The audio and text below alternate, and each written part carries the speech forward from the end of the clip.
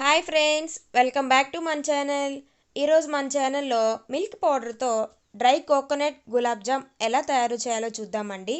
ముందుగా దానికి కావాల్సిన పదార్థాలు ఏంటో చూసేద్దాము. కావాల్సిన పదార్థాలు: 1 కప్ మిల్క్ పౌడర్ తీసుకున్నానండి. ఏ బ్రాండ్ అయినా పర్వాలేదు. మీరు ఎక్కువ క్వాంటిటీ చేసుకోవాలి అనుకుంటే కొంచెం ఎక్కువ క్వాంటిటీ తీసుకోండి, సరిపోతుంది. అలాగే 1/2 కప్ షుగర్ తీసుకున్నాను.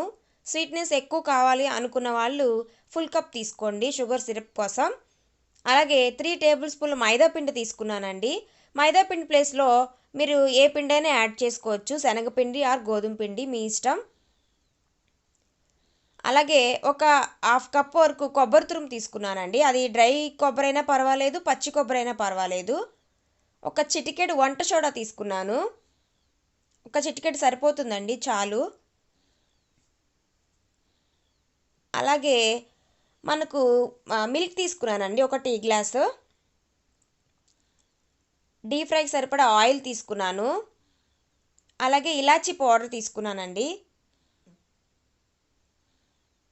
మీరు క్వాంటిటీ పెంచుకుంటే పెంచుకోండి, సరిపోతుంది. ఇప్పుడు తయారీ విధానం చూసేద్దామండి. ముందుగా ఒక బౌల్ తీసుకొని దానిలో మనం తీసుకున్న షుగర్ అనేది యాడ్ చేసుకోవాలి. దానిలో 1 కప్ షుగర్కి 1.5 కప్ వాటర్ వరకు పోయాలండి.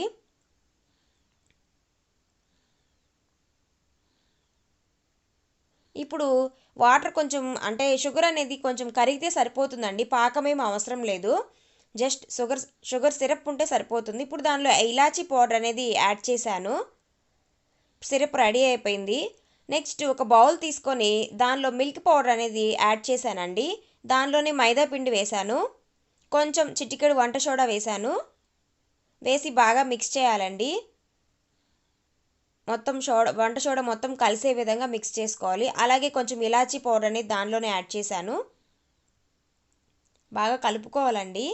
తర్వాత కొంచెం కొంచెం మిల్క్ అనేది యాడ్ చేసుకుంటూ కలుపుకోవాలి. ఒకేసారి వేయొద్దు, పిండి లూజ్ అయిపోతుంది. చూసారా, ఆ విధంగా నెమ్మదిగా కొంచెం కొంచెం యాడ్ చేసుకుంటూ కలుపుకోండి, సరిపోతుంది. చాలా టేస్టీగా ఉంటాయండి. నార్మల్ పిండితో చేయడం కంటే ఈ పిండితో చేస్తే, అంటే మిల్క్ పౌడర్ కాబట్టి చాలా హెల్దీ, పిల్లలకు కూడా చాలా హెల్దీ అండి. చాలా ఈజీ, చాలా ఎమ్మీగా ఉంటుంది టేస్ట్ కూడా. చూసారా, ఆ విధంగా ఆయిల్ అనేది చేతికి అప్లై చేసుకొని చిన్న బాల్స్లా చుట్టుకోండి, కొంచెం గట్టిగా ఒత్తుకుంటూ చుట్టుకోండి. రెడీ అయిపోయాయండి బాల్స్. కొన్ని నేను ఇలా పొడవుగా చేశాను, మీకు ఇష్టమైన షేప్లో మీరు చేసుకోవచ్చు. రెడీ అయిపోయాయండి. ఇప్పుడు బాండీ పెట్టుకొని ఆయిల్ వేసుకోవాలండి, డీప్ ఫ్రైకి సరిపడా ఆయిల్ వేసుకొని దాంట్లో మనం తీసుకున్న బాల్స్ అనేవి వేయాలి. వేసి వెమ్మటే కదపొద్దండి, నెమ్మదిగా కొంచెం ఒక 2 మినిట్స్ ఆగి అప్పుడు కదపండి. చూసారా, ఆ కలర్లోకి వస్తాయండి. కొంచెం కలర్ అనేది కొంచెం డార్క్ వస్తుంది, ఎందుకంటే మిల్క్ పౌడర్ కాబట్టి. కొంచెం మనం ఫ్లేమ్ అనేది మీడియం ఫ్లేమ్లో పెట్టుకొని కొంచెం ఉడికించుకోండి, సరిపోతుంది. టేస్ట్ మాత్రం చాలా బాగుంటుందండి. మామూలు గులాబ్ జాము పిండితో కంటే దీంతో ట్రై చేసి చూడండి, చాలా బాగుంటుంది. ఇప్పుడు తీసుకున్న షుగర్ సిరప్లోకి ఇవి వేసేయాలండి. అప్పుడే వేడి మీదే వేసేయాలి. వేసి ప్లేట్ పెట్టేసి ఒక 2 అవర్స్ అలా ఉంచేయండి. అప్పుడే సిరప్ మొత్తాన్ని గులాబ్ జామున్స్ అనేవి పీల్చుకుంటాయి. తర్వాత కోకోనట్ పౌడర్ని ఒక ప్లేట్లో వేసుకొని కోకోనట్ పౌడర్తో డిప్ చేస్తున్నానండి. మీరు షుగర్తో కూడా చేసుకోవచ్చు. అంతేనండి, రెడీ అయిపోయాయి. చాలా టేస్టీగా ఉంటుందండి, చాలా హెల్దీ కూడా, చాలా చాలా హెల్దీ అండి. ఓకే, నా ఛానల్ కనుక మీకు నచ్చినట్లయితే లైక్ చేయండి, షేర్ చేయండి, సబ్స్క్రైబ్ చేయండి. అలాగే రెసిపీ నచ్చితే కామెంట్ చేయండి. Thanks for watching.